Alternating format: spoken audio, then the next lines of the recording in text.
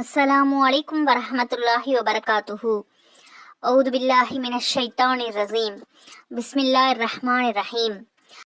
நிறைவுடைய வாழ்வழித்து நெடுநிலத்தை காப்பதற்கு மறையளித்த மன்னவனுக்கே மாபெரும் புகழ் அனைத்தும். அல்லாஹ்வின் பெரும் கிருபையால் நாம் பல பயான்களை பார்த்திருக்கின்றோம். தீனுடைய விஷயங்களை நிறைய கேட்டிருக்கின்றோம். இன்ஷா அல்லாஹ் அல்லாஹு தாலா நம் அனைவருக்கும் அதன்படி வாழக்கூடிய பாக்கியத்தை தந்தல் புரிவானாக. ஆமீன். நாம் தீனுடைய விஷயங்களை சரியான முறையில் படித்து அதன்படி நடந்து நம்மை வழிகேட்டிலிருந்தும் ஷைத்தானின் பாதையிலிருந்தும் பாதுகாத்து நன்மையில் நிலைத்திருக்க செய்யக்கூடிய 2 விஷயங்கள் முஹம்மது நபி ஸல்லல்லாஹு அலைஹி வஸல்லம் அவர்கள் கூறியிருக்கின்றார்கள். 2 விஷயங்களை நான் விட்டு செல்கின்றேன், அவற்றை நீங்கள் பற்றி பிடித்துக் கொள்ளுங்கள், அப்பொழுது காலமெல்லாம் வழி தவற மாட்டீர்கள். 1 குர்ஆன், 2வது அல்லாஹுடைய தூதர் முஹம்மது நபி ஸல்லல்லாஹு அலைஹி வஸல்லம் அவர்களை பின்பற்றி வாழக்கூடிய சுன்னத்தான வழிமுறை. உமர் பின் கத்தாப் ரலியல்லாஹு அன்ஹு முஅத்தா இமாம் மாலிக் 1395வது ஹதீஸில் கூறப்பட்டுள்ளது. ஆகவே நாம் பயான்களின் மூலமும் நபி ஸல்லல்லாஹு அலைஹி வஸல்லம் அவர்களுடைய சுன்னத்துக்களை தெரிந்து கொண்டு அதன்படி வாழ்க்கையை மாற்றி நடந்து நல்லபடியாக நடக்க எல்லாம் வல்ல அல்லாஹ் நம் அனைவருக்கும் கிருபை செய்வானாக. ஆமீன். இன்ஷா அல்லாஹ் இன்றைய பயானில் ஹஜ்ஜின் சிறப்புகள் பகுதி 16. இதற்கு முன்பு மதீனாவுடைய ஜியாரத் மற்றும் அங்கே எவ்வாறு நடந்து கொள்ள வேண்டும், மதீனாவில் தங்கியிருக்கும் நாட்களில் எப்படி நடந்து கொள்ள வேண்டும் என்பதையெல்லாம் பார்த்தோம். இப்போது இந்த பயானில் மதீனாவிற்கு அருகிலுள்ள சில பள்ளிவாசலுடைய சிறப்புகளையும் அவற்றை ஜியாரத் அங்கே சென்று தொழுகுவதை பற்றியும் பார்க்கலாம். மதீனாவினுடைய ஒழுக்கங்கள் மற்றும் அங்கு தங்கியிருப்பவர்களிடம் நாம் எப்படி நடந்து கொள்ள வேண்டும் என்பதை பற்றியெல்லாம் பார்க்கலாம். இன்ஷா அல்லாஹ் பொறுமையோடும் கவனமாகவும் முழுமையாகவும் கேட்டு பயனடையுங்கள், மற்றவர்களுக்கும் பகிருங்கள். இன்ஷா அல்லாஹ் ஒரு ஹதீஸை கேட்டு மற்றவர்களுக்கு பகிர்வதால் அதனுடைய நன்மை நமக்கு கியாமத் நாள் வரை கிடைத்து கொண்டே இருக்கும். அல்லாஹு தாலா நம் அனைவருக்கும் ஹதீஸை பகிர்ந்து அதனுடைய நன்மையை பெறக்கூடிய பாக்கியத்தை தந்தருவானாக. ஆமீன். ஹதீஸை கேட்டு அதன்படி நடக்கக்கூடிய பாக்கியத்தை தந்தருவானாக. ஆமீன். ஆரம்பமாக குபா பள்ளியில் செல்வதன் சிறப்பு. இமாம் நவவி ரஹ்மத்துல்லாஹி அலைஹி அவர்கள் கூறுகிறார்கள், குபா மஸ்ஜிதை ஜியாரத் செய்வது மிகவும் வலியுறுத்தப்பட்ட முஸ்தஹபாகும். அதன் மேன்மையானது சனிக்கிழமையன்று ஜியாரத் செய்வது மிகவும் சிறப்பாகும். அங்கு செல்லும் பொழுது மஸ்ஜிதை குபாவை ஜியாரத் செய்து அதில் தொழுகும் நிய்யத்தோடு அங்கு செல்ல வேண்டும். ஏனென்றால் திர்மிதி ஷரீஃபின் ஷஹீஹான ஹதீஸில் மஸ்ஜிதில் குபாவில் தொழுவது உம்ரா செய்வதைப் போலாகும் என்று வந்துள்ளது. மேலும் ஒரு ஹதீஸில் நபி ஸல்லல்லாஹு அலைஹி வஸல்லம் அவர்கள் ஒவ்வொரு சனிக்கிழமையும் மஸ்ஜிதே குபாவிற்கு செல்லக்கூடியவர்களாக இருந்தார்கள் என்று கூறப்பட்டுள்ளது. முல்லா அலி காரி ரஹ்மத்துல்லாஹி அலைஹி அவர்கள் மக்காவின் மஸ்ஜித், மஸ்ஜிது நபவி, மஸ்ஜிதுல் அக்ஸா ஆகிய 3 மஸ்ஜிதுகளுக்கு பிறகு எல்லாவற்றிலும் விட சிறப்பான மஸ்ஜித் குபா மஸ்ஜித் ஆகும் என்று கூறியிருக்கின்றார்கள். மேலும் முஹம்மது நபி ஸல்லல்லாஹு அலைஹி வஸல்லம் அவருடைய பொன்மொழியில், நான் 2 ரக்காத் மஸ்ஜிதை குபாவில் தொழுவது நான் மஸ்ஜிதுல் அக்ஸாவிற்கு 2 முறை செல்வதை காட்டிலும் மிகவும் பிரியமானது என்று கூறியிருக்கின்றார்கள். பிரபல அறிவிப்புகளின் அடிப்படையில் மஸ்ஜிதுல் அக்ஸாவின் மேன்மையும் சிறப்பும் அதிகமானது என்று தெரிகிறது. எனினும் சிறப்பு என்பதும் பிரியம் என்பதும் வெவ்வேறு விஷயங்களாகும். இந்த ஹதீஸிற்கு இவ்வாறு விளக்கம் கூறலாம். அண்ணல் நபி ஸல்லல்லாஹு அலைஹி வஸல்லம் அவர்கள் பெரும்பாலும் சனிக்கிழமை என்று அங்கு செல்லக்கூடிய வழக்கமுடையவர்களாக இருந்தார்கள். மேலும் அன்னார் திங்கட்கிழமை அங்கு சென்றதாகவும் இன்னும் ரமலான் பிறை 20 அன்று சுபஹுக்கு அங்கு சென்றதாகவும் அறிவிப்புகளில் கூறப்பட்டுள்ளது. 56. இதற்கு பிறகு மதீனா தையிபாவின் மற்ற பரக்கத்துக்கள் நிறைந்த இடங்களை ஜியாரத் செய்வது முஸ்தஹபாகும். இமாம் நவவி ரஹ்மத்துல்லாஹி அலைஹி அவர்கள் கூறுகிறார்கள், மதீனாவின் பரக்கத்துள்ள இடங்களை ஜியாரத் செய்வது முஸ்தஹபாகும். அவைகள் சுமார் 30 இடங்கள் இருக்கின்றன. மதீனா வாசிகள் அவைகளை நன்கு அறிவார்கள். மேலும் இதை போன்று 7 கிணறுகளின் நீரையும் பருக வேண்டும். அவைகளிலிருந்து முஹம்மது நபி ஸல்லல்லாஹு அலைஹி வஸல்லம் அவர்கள் ஒழு செய்தார்கள் என்றோ குளித்தார்கள் என்றோ அறிவிப்பு செய்யப்பட்டுள்ளது. இமாம் கஸ்ஸாலி ரஹ்மத்துல்லாஹி அலைஹி அவர்களும் அந்த 7 கிணறுகளுக்கு செல்வதை பற்றி கூறியிருக்கின்றார்கள். அதாவது மஸ்ஜிதை குபாவின் அருகிலுள்ள பீரே ஹரிஸ் என்னும் கிணற்றின் நீரிலிருந்து ஒழு செய்ய வேண்டும். இன்னும் அதனுடைய நீரை பருக வேண்டும். அந்த கிணறு சம்பந்தமாக முஹம்மது நபி ஸல்லல்லாஹு அலைஹி வஸல்லம் அவர்கள் முபாரக்கான உமிழ் நீரை அதில் உமிழ்ந்தார்கள் என்று கூறப்பட்டுள்ளது. பிறகு மஸ்ஜிதை ஃபதஹுக்கு செல்ல வேண்டும். இது கந்தக் என்னும் அகலுக்கு பக்கத்தில் இருக்கின்றது. மேலும் இவ்வாறே மற்ற மஸ்ஜிதுகளுக்கும் மற்ற புனித இடங்களுக்கும் செல்ல வேண்டும். இன்ஷா அல்லாஹ் மதீனா வாசிகள் இவைகளை நன்கு அறிவார்கள். இந்த 7 கிணறுகளின் நீரை நோய் தீர்க்கும் நிய்யத்தோடு பரக்கத்துக்கள் பெறக்கூடிய நியத்தோடும் குடிக்க வேண்டும் இன்ஷா அல்லாஹ். அந்த 7 கிணறுகளுடைய பெயர்கள்: முதலாவது பீரே ஹரிஸ், இரண்டாவது பீரே ஹ, மூன்றாவது பீரே ரூமா, நான்காவது பீரே அஷ், ஐந்தாவது பீரே புலா ஆ, ஆறாவது பீரே புஸ்ஸா ஆகியவைகள் ஆகும். 7வது கிணறு சம்பந்தமாக பீரே ஷுக்குயா, பீரே அஹன, பீரே ஜமல் என்று 3 கிணறுகளில் எது என்பதை பற்றி பல கருத்து வேறுபாடுகள் இருக்கின்றன. லுபாப் நூலுடைய ஆசிரியர் கூறுகிறார், நபி ஸல்லல்லாஹு அலைஹி வஸல்லம் அவர்கள் பயன்படுத்தியதாக கூறப்படக்கூடிய கிணறுகள் மொத்தம் 17 ஆகும். ஆனால் அவைகள் அனைத்தும் பிரபல்யமானவை அல்ல. மேலும் இதை போல மதினாவுடைய சுற்றுப்புறங்களில் இன்னும் மக்கா செல்லக்கூடிய பாதையில் முஹம்மது நபி ஸல்லல்லாஹு அலைஹி வஸல்லம் அவர்களை சம்பந்தப்படுத்தி கூறப்பட்டுள்ள மஸ்ஜிதுகள் பல உள்ளன. அவைகளில் பெரும்பான்மையானவைகளை பற்றிய விவரம் ஜியாரத்துல் ஹரமைன் என்ற நூலில் கூறப்பட்டிருக்கின்றது. அதை பார்த்து பலனடையுங்கள். மேலும் 57 மதினாவில் தங்கி இருக்கக்கூடிய நாட்களில் தான தர்மங்கள் அதிகமாக செய்து கொள்ள வேண்டும். குறிப்பாக மதினாவாசிகளுக்கு கொடுக்க வேண்டும். லுபாபின் ஆசிரியர் கூறியிருக்கின்றார், மதினாவுடைய பழங்குடி மக்களாக இருப்பவர்களும் மேலும் அங்கே வேறு இடங்களிலிருந்து வந்து குடியேறி இருப்பவர்களும் வெளியிடத்து ஜனங்களை விட தர்மத்தை பெற அதிகமாக தகுதியுடையவர்கள். ஏனென்றால் மதினாவாசிகளின் மீது அன்பு காட்டுவது வாஜிபாகும். இமாம் நவவி ரஹமத்துல்லாஹி அலைஹி அவர்கள் எழுதியிருப்பதாவது, மதினாவில் தங்கியிருக்கக்கூடிய காலத்தில் எந்த அளவு அதிகமாக நோன்பு வைக்க முடியுமோ அந்த அளவு அதிகமாக நோன்பு வைக்க வேண்டும். மேலும் முடிந்த அளவை விட அதிகமாக நபி ஸல்லல்லாஹு அலைஹி வஸல்லம் அவருடைய அண்மையில் உள்ளவர்களுக்கு, அதாவது மதினாவாசிகளுக்கு சதகா அளிக்க வேண்டும். இதுவும் நபி ஸல்லல்லாஹு அலைஹி வஸல்லம் அவர்களுக்கு செய்யப்படக்கூடிய சேவையாகவே இருக்கின்றது. 58 மதினாவில் எந்த பொருளை வாங்கினாலும் அங்குள்ள வியாபாரிகளுக்கு உதவக்கூடிய எண்ணத்தோடு வாங்க வேண்டும். அப்பொழுது இவ்வாறு நியத்து செய்ய வேண்டும், அதாவது அங்குள்ள வியாபாரிகளுக்கு இதுவே வருமானமாகும். வியாபாரம் வளர்ந்து கொண்டிருந்தால்தான் அவர்களுக்கும் வருமானம் கிடைத்து கொண்டே இருக்கும். இன்னும் அவர்கள் நிம்மதியாகவும் அமைதியோடும் மதினாவில் குடியிருக்க முடியும். எனவே அதற்கு காரணமாக நாம் ஆகிவிடுகிறோம். இந்த நியத்தோடு வாங்கினால் பணம் அதிகம் செலவாகிவிட்டது என்ற மனக்கஷ்டம் உண்டாகாது. ஏனென்றால் இதுவும் ஒரு வகையான சதகாவாக இருக்கின்றது. ஆனால் வாங்கும் பொழுது மேற்கூறிய நியத்தோடு வாங்க வேண்டும். மாறாக சதகா செய்வதனால் எதுவரை அந்த பணம் வாங்கியவரிடம் இருக்குமோ அதுவரை அவர் அதனை கொண்டு பலன் பெற்றுக் கொண்டிருப்பார். ஆனால் வியாபாரியிடம் ஏதாவது வாங்கும் பொழுது அவருடைய வியாபாரம் வளரும். அதன் மூலமாக நீண்ட நாட்கள் வரை அவர் பலன் பெற்றுக்கொண்டே இருப்பார் என்ற நியத்தில் சில பொருட்களை வாங்க வேண்டும். ஆனால் வியாபாரம் இல்லாதவர்களுக்கு ஹதியா கொடுப்பதே நல்லது. அவர்கள் உயர்வானவர்கள். ஆதலால் சதகா என்ற நியத்தை செய்வதை விட நன்கொடை என்ற நியத்தில் ஹதியா கொடுப்பது சிறந்தது. 59வது அனைத்து மதினாவாசிகளோடும் சகல விஷயங்களிலும் நட்போக்கை மேற்கொள்ள வேண்டும். ஏனென்றால் முஹம்மது நபி ஸல்லல்லாஹு அலைஹி வஸல்லம் அவர்கள் அண்டை வீட்டார்கள் ஆவார்கள். அல்லாமா ஜர்கானி ரஹ்மத்துல்லாஹி அலைஹி அவர்கள் சரஹ் மவாஹியில் எழுதியிருக்கின்றார்கள், அங்கே வசிப்பவர்களை கண்ணியப்படுத்துங்கள். அவர்களில் சிலர் சம்பந்தமாக விரும்பத்தகாத செயலை பற்றி அறிய வந்தாலும் அப்பொழுதும் அவர்களுக்கு அண்ணன் நபி ஸல்லல்லாஹு அலைஹி வஸல்லம் அவர்களுடைய அண்டை வீட்டார் என்ற சிறப்பு இருக்கவே செய்கின்றது. இன்னும் அந்த மகத்தான இறை தூதருடைய அண்டை வீட்டார் என்ற பெருமை அவர்களுக்கு இருக்கவே செய்கின்றது. அவர்களில் இன்றும் தகாத செயல் விளைந்துவிட்ட பொழுதிலும் அன்னலார் ஸல்லல்லாஹு அலைஹி வஸல்லம் அவருடைய அண்டை வீட்டார் என்ற பதக்கம் பறிபோகாது. முஹம்மது நபி ஸல்லல்லாஹு அலைஹி வஸல்லம் அவருடைய பரிசுத்த வாக்காவது, ஹஸ்ரத் ஜிப்ரீல் அலைஹிஸ்ஸலாம் அவர்கள் எனக்கு அண்டை வீட்டாருடைய உரிமையை பற்றி அடிக்கடி எடுத்துரைத்தே வந்தார்கள். இந்த ஹதீஸில் நல்லவர்கள் கெட்டவர்கள் என்ற எந்த பாகுபாடும் சொல்லப்படவில்லை. அது பயபக்தி உள்ளவர்கள் பயபக்தி இல்லாதவர்கள் எவரையும் உள்ளடக்கி கொள்ளும். மதினாவாசிகளில் யாரை பற்றியாது எவரேனும் இன்னார் நபி ஸல்லல்லாஹு அலைஹி வஸல்லம் அவர்களை பின்பற்றி நடப்பதில்லை என்று அவர் மீது குற்றம் கூறினாலும், மேலும் அது உண்மை என ஊர்ஜிதமாகிவிட்ட போதிலும் அவருக்கு அன்னராருடைய அண்டை வீட்டுக்காரர் என்ற அடிப்படையில் அவருக்கு செய்ய வேண்டிய கண்ணியத்தில் குறை எதுவும் செய்துவிடக்கூடாது. குற்றம் குறையின் காரணமாக அன்னலாரின் ஸல்லல்லாஹு அலைஹி வஸல்லம் அண்டை வீட்டார் என்ற உரிமையிலிருந்து அவர் நீங்கியவராக ஆக மாட்டார். மாறாக மரணிக்கும் பொழுது நேர்வழி திரும்பக்கூடிய தௌஃபீகை அல்லாஹ் அவருக்கு அளித்து விடுவான் என்றும் இன்ஷா அல்லாஹ் நல்ல முடிவு அவருக்கு ஏற்படும் என்று அல்லாஹ்வை கொண்டு உறுதியாக நம்பப்படுகிறது. இன்ஷா அல்லாஹ்.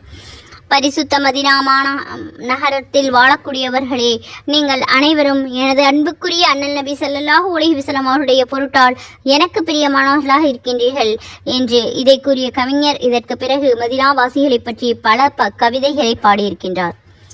இமாம் மாலிக் ரஹ்மத்துல்லாஹி அலைஹி அவர்கள் அமீருல் மொமினின் மஹதியிடம் சென்ற பொழுது அந்த அரசர் அன்னாரிடம் தமக்கு ஏதேனும் உபதேசம் செய்யுமாறு வேண்டிக் கொண்டார்கள். அதற்கு இமாம் மாலிக் ரஹ்மத்துல்லாஹி அலைஹி அவர்கள், எல்லாவற்றிற்கும் முதன்மையாக அல்லாஹ்வுடைய அச்சத்தையும் பயபக்தியையும் மேற்கொள்வீர்களாக. அதன் பிறகு மதீனாவாசிகளின் மீது இரக்க சிந்தனை காட்டுவீராக. ஏனென்றால் அவர்கள் முஹம்மது நபி ஸல்லல்லாஹு அலைஹி வஸல்லம் அவர்களுடைய நகரத்தில் இருக்கக்கூடிய அன்னாருடைய அண்டை வீட்டார்கள் ஆவார்கள் என்று நவின்றார்கள். சுப்ஹானல்லாஹ். முஹம்மது நபி ஸல்லல்லாஹு அலைஹி வஸல்லம் அவர்களுடைய பரிசுத்த வாக்காவது, மதீனா என்னுடைய ஹிஜ்ரத்துடைய நகரமாகும், அதில் என்னுடைய கபர் ஷரீஃப் உண்டாகும், அங்கே இருந்து கியாமத் நாளன்று நான் எழுப்பப்படுவேன், அதில் வசிப்பவர்கள் என் அண்டை வீட்டார்கள் ஆவார்கள், அவர்களை பேணி பாதுகாப்பது என்னுடைய உம்மத்தார்களின் மீது பொறுப்பாகும். எவர் என் பொருட்டால் அவர்களை பேணி பாதுகாக்கின்றார்களோ அவருக்காக நான் கியாமத் நாளன்று ஷஃபாஅத் செய்வேன் இன்ஷா அல்லாஹ், அல்லது சாட்சி கூறுவேன். மேலும் என் அண்டை வீட்டார் சம்பந்தமாக எவர் என் உபதேசத்தை பொருட்படுத்தவில்லையோ அவனை அல்லாஹு தாலா தீனத்துல் கபால் குடிக்க வைப்பான். பெரிதொரு ஹதீஸில் தீனத்துல் கபால் என்பது நரகவாசிகளுடைய சாறு என்பதாகும். அவர்களுடைய வியர்வை, இரத்தம், சீல் முதலியவைகளாகும் என்று கூறப்பட்டுள்ளது. நவுசுபில்லாஹி மின்ஹா. அல்லாஹ் மதீனா நகரம் நாம் சென்றால் நல்லபடியாக அனைவரிடம் நடந்து கொள்ளக்கூடிய வாக்கியத்தில் அனைத்து முஃமின்களுக்கும் தந்தல்வானாக. ஆமீன். 60. இமாம் நவவி ரஹ்மத்துல்லாஹி அலைஹி அவர்கள் எழுதியிருக்கின்றார்கள், மதீனா நகரத்தின் ஒழுக்கங்களில் ஒன்று, அங்கு தங்கியிருக்கக்கூடிய காலமெல்லாம் அந்நகரத்துடைய மேன்மை மதிப்பு மதீனாவில் குடிகொண்டிருக்க வேண்டும் என்று நியத்து செய்து கொள்ள வேண்டும். அல்லாஹு தாலா இந்த பரிசுத்த நகரத்தை தனது ஹபீப் முஹம்மது நபி ஸல்லல்லாஹு அலைஹி வஸல்லம் அவர்களுடைய ஹிஜ்ரத்திற்காக தேர்ந்தெடுத்திருக்கின்றான். இங்கே அவர்கள் தங்கியிருக்க வேண்டும் என்றும் அதனையே தனது சொந்த ஊராக அவர்கள் ஆக்கிக்கொள்ள வேண்டும் என்றும் விதித்து விட்டான். இந்த புனித நகரத்தின் தெருக்களிலும் வீடுகளிலும் மன்னார் நடந்திருக்கின்றார்கள் என்ற சிந்தனை நமது நினைவில் இருந்து கொண்டே இருக்க வேண்டும். இன்ஷா அல்லாஹ். அல்லாஹு தாலா நம் அனைவருக்கும் மதீனா நகரத்தில் சென்று நபி ஸல்லல்லாஹு அலைஹி வஸல்லம் அவர்களுடைய நினைவிலேயே கழிக்கக்கூடிய பாக்கியத்தை தந்தருள்வானாக. ஆமீன். இமாம் கஸ்ஸாலி ரஹ்மத்துல்லாஹி அலைஹி அவர்கள் கூறுகிறார்கள், பரிசுத்த மதீனா நகரத்தின் மீது உனது பார்வை பட்டுவிட்டது முதல் இந்த விஷயங்களை உனது நினைவில் வைத்துக்கொள். அதாவது இந்த நகரைத்தான் அல்லாஹு தாலா தன்னுடைய நபி ஸல்லல்லாஹு அலைஹி வஸல்லம் அவர்களுக்கு தங்குவதற்காக தேர்ந்தெடுத்த ஊர். இதன் பக்கமாகவே ஹிஜ்ரத் செய்ய வேண்டும் என்று முடிவு செய்தான். இந்த நகரத்தில் தான் அல்லாஹு தாலா தனது பரிசுத்த ஷரியத்தின் கட்டளையை இறக்கி வைத்திருக்கின்றான். மேலும் முஹம்மது நபி ஸல்லல்லாஹு அலைஹி வஸல்லம் அவர்கள் தனது சுன்னத்துக்களை நிலைநிறுத்தினார்கள். இந்த மதீனா தையிபாவினுடைய நகருக்கு வந்த பிறகுதான் இஸ்லாத்தின் விரோதிகளோடு போரிட்டார்கள். இந்த நகரத்தில் தான் அன்னாருடைய தீனுக்கு வெற்றிகள் கிடைத்தன. கடைசியில் அன்னாருடைய மரணமும் இங்கு மதீனா தையிபாவில் தான் நடந்தது. இங்கேயே அவர்களுடைய கபர் ஷரீஃபும் அமைந்து விட்டது. இன்னும் மதீனா தையிபாவில் இதிலேயே அன்னாருடைய 2 மந்திரிகளும் கபர்களும் அமைந்து விட்டன. இன்னும் இந்த நகரில் முஹம்மது நபி ஸல்லல்லாஹு அலைஹி வஸல்லம் அவருடைய முபாரக்கான பாத அடிகள் ஒவ்வொரு இடத்திலும் படிந்திருக்கின்றன. மேலும் எங்கு உனது காலடிகள் படுமோ அங்கு அண்ணன் நபி ஸல்லல்லாஹு அலைஹி வஸல்லம் அவர்களுடைய காலடிகளும் ஏதேனும் ஒரு சமயத்தில் பட்டிருக்கும் என்பதை நினைவில் வைத்துக்கொள். அதனால் ஒவ்வொரு அடியை எடுத்து வைக்கும் பொழுதும் மெதுவாகவும் கண்ணியமாகவும் முஹம்மது நபி ஸல்லல்லாஹு அலைஹி வஸல்லம் அவர்களுடைய புனித பாதம் பட்ட இடம் இது என்று பயந்தவாறு, மேலும் முஹம்மது நபி ஸல்லல்லாஹு அலைஹி வஸல்லம் அவர்கள் எவ்வாறு நடப்பார்கள் என்று ஹதீஸ்களில் விவரிக்கப்பட்டுள்ளதோ அதை மனதில் கொண்டவாறு நடந்து செல்ல வேண்டும். இன்ஷா அல்லாஹ். அல்லாஹு தாலா நம் அனைவருக்கும் இதுபோல நடக்கக்கூடிய பாக்கியத்தை தந்தருள்வானாக. ஆமீன். அத்தோடு முஹம்மது நபி ஸல்லல்லாஹு அலைஹி வஸல்லம் அவருடைய உயர்வு, மேன்மை, அந்தஸ்து ஆகியவைகளை மேலும் அல்லாஹ்வே தனது பரிசுத்த பெயரோடு அவர்களோடு பெயரையும் இணைத்து கூறியிருக்கின்றான் என்பதனையும் நினைவில் கொள். இன்னும் ஏதேனும் அவமரியாதையின் பீடையின் காரணமாக தனது முந்தைய நல்ல அமல்கள் அழிந்து போகக்கூடாதே என்று பயந்து கொண்டிருக்க வேண்டும். இங்கு இமாம் கஸ்ஸாலி ரஹ்மத்துல்லாஹி அலைஹி அவர்கள் குர்ஆனில் சூரா அல் ஹுஜராத்தின் ஒரு ஆயத்தின் பக்கம் சுட்டி காட்டியிருக்கின்றார்கள். அந்த ஆயத்து 49வது சூராவின் 2வது வசனம். நம்பிக்கையாளர்களே, நபி ஸல்லல்லாஹு அலைஹி வஸல்லம் அவர்கள் பேசும் பொழுது நபி ஸல்லல்லாஹு அலைஹி வஸல்லம் அவர்களுடைய சத்தத்திற்கு மேலே உங்களுடைய சத்தத்தை உயர்த்தாதீர்கள். மேலும் உங்களுக்குள் ஒருவர் மற்றொருவரோடு கூச்சலிட்டு சத்தமாக பேசுவதைப் போல அவர்களிடம் சத்தத்தை உயர்த்தி நீங்கள் கூச்சலிட்டு பேசாதீர்கள். இதன் காரணமாக உங்கள் நன்மைகள் எல்லாம் அழிந்துவிடக்கூடும். இதை நீங்கள் உணர்ந்து கொள்ள முடியாது. 31ஆம் எண்ணில் உள்ள ஒழுக்கத்திலும் இந்த விஷயம் விரிவாக சொல்லப்பட்டிருக்கின்றது. இங்கு சஹாபாக்கள் ஹாஜராகி நபிமார்களை பார்த்து கொண்டும் இன்னும் அவர்களுடைய பரக்கத் நிறைந்த பேச்சுக்களை கேட்டுக்கொண்டும் இருந்த அந்த காலத்தை எண்ணி பார்க்க வேண்டும். அதன் பிறகு தனக்கு முகமது நபி ஸல்லல்லாஹு அலைஹி வஸல்லம் அவர்களையும் சஹாபாக்களையும் தரிசிக்கக்கூடிய பாக்கியம் கிடைக்கவில்லையே என்பதை எண்ணி வருத்தமும் கவலையும் துக்கமும் கொள்ள வேண்டும். உலகில்தான் சந்திக்கக்கூடிய வாய்ப்பு கிடைக்காமல் ஆகிவிட்டது. ஆனால் கியாமத்துடைய நாளில் என்ன நிலை இருக்கின்றதோ தெரியாது. அன்னாருடைய தரிசனம் மகிழ்ச்சியாக கிடைக்குமா அல்லது கை சேதத்தோடு கிடைக்குமா? அன்னாருடைய சமூகத்திலிருந்து விரட்டப்பட்டு விடுவோமா? தனது தீய செயல்கள் அன்னாருடைய தரிசனத்திற்கு தடையாக ஆகிவிடக்கூடாதே என்று அஞ்ச வேண்டும். ஏனென்றால் ஹதீஸில் வந்திருப்பதாவது, கியாமத்துடைய நாளில் சில மனிதர்கள் என்னை விட்டு தூர விலகி விடுவார்கள். இவர்கள் என்னுடைய உம்மத்தானவர்கள் ஆயிற்றே என்று நான் கூறுவேன். அப்போது உங்களுக்கு பின்னால் இவர்கள் என்னென்ன செய்வார்கள் என்று உங்களுக்கு தெரியாது என்று பதிலளிக்கப்படும். நவுது பில்லாஹி மின்ஹா. அல்லாஹ் நம் அனைவரையும் பாதுகாத்த புரிவானாக. ஆமீன். எனவே நீங்கள் முகமது நபி ஸல்லல்லாஹு அலைஹி வஸல்லம் அவர்களுடைய பரிசுத்த ஷரியத்தின் கண்ணியத்திற்கு மாற்றமாக செயல்பட்டிருந்தால் ஏதேனும் ஒரு சந்தர்ப்பத்தில் அந்த வழிகேடு உங்களுக்கும் முகமது நபி ஸல்லல்லாஹு அலைஹி வஸல்லம் அவர்களுக்கும் இடையில் தடையாக வந்து விடாது என்று அச்சமற்று இருக்க வேண்டாம். இன்னும் அந்த அச்சத்தோடு அல்லாஹ்வுடைய மீதும் ஆதரவு வைக்க வேண்டும். இன்னும் அவன் இவ்வளவு நீண்ட தொலை தூரத்திலிருந்து இந்த மேலான தர்பாருக்கு வரும் பாக்கியத்தை வழங்கி இருக்கின்றான் என்றால் அவன் தனது அன்பு என்னும் கருணையினால் மறுமையிலும் முகமது நபி ஸல்லல்லாஹு அவர்களின் மகிமை மிக்க தரிசனத்திலும் விலக்கிவிட மாட்டான் என பூரண ஆதரவு வைக்க வேண்டும். அந்த பாக்கியத்தை அல்லாஹ் தஆலா நம் அனைவருக்கும் தந்தல் புரிவானாக. ஆமீன் ஆமீன் யா ரப்பல் ஆலமீன். அடுத்து 61. மனிதர்கள் இன்னும் ஜின் வர்க்கத்தினருடைய தலைவர் இருலோக இரட்சகர் முஹம்மது நபி ஸல்லல்லாஹு அலைஹி வஸல்லம் அவர்களின் ஜியாரத்தும் மற்ற முக்கிய இடங்களின் ஜியாரத்துக்களும் முடிந்த பிறகு திரும்பக்கூடிய நாட்டம் ஏற்படும் பொழுது முல்லா அலி காரி ரஹ்மத்துல்லாஹி அலைஹி அவர்கள் கூறியதைப் போல மஸ்ஜிதுன் நபவியில் சென்று விடைபெறக்கூடிய நஃபில் 2 ரக்காத்துக்கள் தொழுது கொள்வது முஸ்தஹபாகும் இன்ஷா அல்லாஹ். அதுவும் ரவுலத்துல் ஜன்னாவில் தொழுது கொள்வது மிக மிக ஏற்றமானதாகும். அதற்கு பிறகு கப்ரு ஷரீஃபின் முன்னால் அவ்விதாஇ சலாம் சொல்வதற்காக ஹாஜராக சலாம் சொல்ல வேண்டும். சலவாத்தும் சலாமும் சொன்ன பிறகு தனது தேவைகளுக்காக துவா செய்து கொள்ள வேண்டும். மேலும் தனது ஹஜ்ஜும் ஜியாரத்தும் கபூல் ஆவதற்காகவும் துவா செய்து கொள்ள வேண்டும். நலமோடு நாட்டுக்கு திரும்பி சென்றடைவதற்காக துவா செய்து கொள்ள வேண்டும். மறுபடியும் அடிக்கடி அந்த தர்பாரில் ஆஜராகுவதற்காக துவா செய்ய வேண்டும் இன்ஷா அல்லாஹ். அல்லாஹு தஆலா நம் அனைவருக்கும் முஹம்மது நபி ஸல்லல்லாஹு அலைஹி வஸல்லம் அவர்களுடைய அறையில் சென்று ரவுலா ஷரீஃபில் தரிசித்து சலவாத்தும் சலாமும் கூறி அவர்களிடம் துவா செய்து அல்லாஹ்விடம் துவா செய்து தொழுகக்கூடிய பாக்கியத்தை தந்தல்வானாக. ஆமீன். மேலும் விடைபெறும் வேளையில் ஒரு சில சொட்டுக்களாவது கண்ணீரை சிந்துவதற்கு முயற்சி செய்ய வேண்டும். ஏனென்றால் இது கபூலியத்தின் அடையாளங்களில் ஒன்றாகும். அழுகை வரவில்லை என்றாலும் அழுகையுடைய தோற்றத்தையாவது ஆக்கிக்கொண்டு துக்கத்தோடும் கவலையோடும் திரும்ப வேண்டும். பிரயாணத்திலிருந்து திரும்பும் பொழுது முடிந்த அளவு சதகா செய்வது நல்லது. திரும்புகையில் ஓதும் சுன்னத்தான துவாக்களையும் பிரயாண துவாக்களையும் ஒழுக்கங்களையும் பேணி புறப்பட வேண்டும். என்னுடைய தகுதியின்மையால் ஜியாரத்துடைய ஒழுக்கங்களை முழுமையாக கூற முடியவில்லை. சிலதை மட்டும் கூறியிருக்கின்றேன். இவைகளை படைத்து பயனடையுங்கள். 2 முக்கிய அடிப்படையில் ஷரியத்தின் எல்லைக்குள் இருந்து கொண்டு தன்னால் எவ்வளவு செய்ய முடியுமோ அதை செய்வதில் குறைபாடு செய்ய வேண்டாம். முதலாவது, ஒழுக்கத்தையும் கண்ணியத்தையும் பேணி நடக்க வேண்டும்.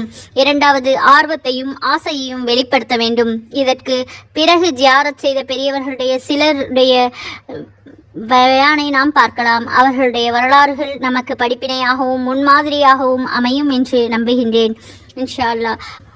மதீனாவை பற்றி இவ்வளவு நேரமாக இத்தனை பயான்கள் 2-3 பயான்களில் பார்த்தோம். இன்ஷா அல்லாஹ் அனைத்து பயான்களையும் கவனமாகவும் முழுமையாகவும் பார்த்து பயனடையுங்கள் இன்ஷா அல்லாஹ். அடுத்து சம்பவங்களை அடுத்த பயானில் பார்க்கலாம். அல்லாஹ் தஆலா நம் அனைவருக்கும் பயானை கேட்டு அதன்படி அமல் செய்யக்கூடிய பாக்கியத்தை தந்தல்வானாக. ஆமீன். அல்லாஹ் தஆலா நம் அனைவருக்கும் உடல் ஆரோக்கியத்தையும் உள்ள நலத்தையும் தந்தல்வானாக. ஆமீன். அல்லாஹ் தஆலா நபி ஸல்லல்லாஹு அலைஹி வஸல்லம் அவருடைய சிபாரிஷை நமக்கு தந்தல்வானாக. ஆமீன். முஹம்மது நபி ஸல்லல்லாஹு அலைஹி வஸல்லம் அவருடைய ஒவ்வொரு சுன்னத்துக்களையும் பேணி நடக்கக்கூடிய பாக்கியத்தை அல்லாஹ் தஆலா நம் அனைவருக்கும் தந்தல்வானாக. ஆமீன். நபி ஸல்லல்லாஹு அலைஹி வஸல்லம் நமக்காக எந்த கயிறெல்லாம் கேட்டார்களோ அவை அனைத்தையும் அல்லாஹ் தஆலா நமக்கு தந்தருள்வானாக. ஆமீன். மதீனா நகரத்தில் சென்று அங்கே அதிகமாக ஸலவாத் ஓதக்கூடிய பாக்கியத்தை தந்தருள்வானாக. ஆமீன். மதீனா நகரத்தில் நோன்பு வைக்கக்கூடிய பாக்கியத்தை தந்தருள்வானாக. ஆமீன்.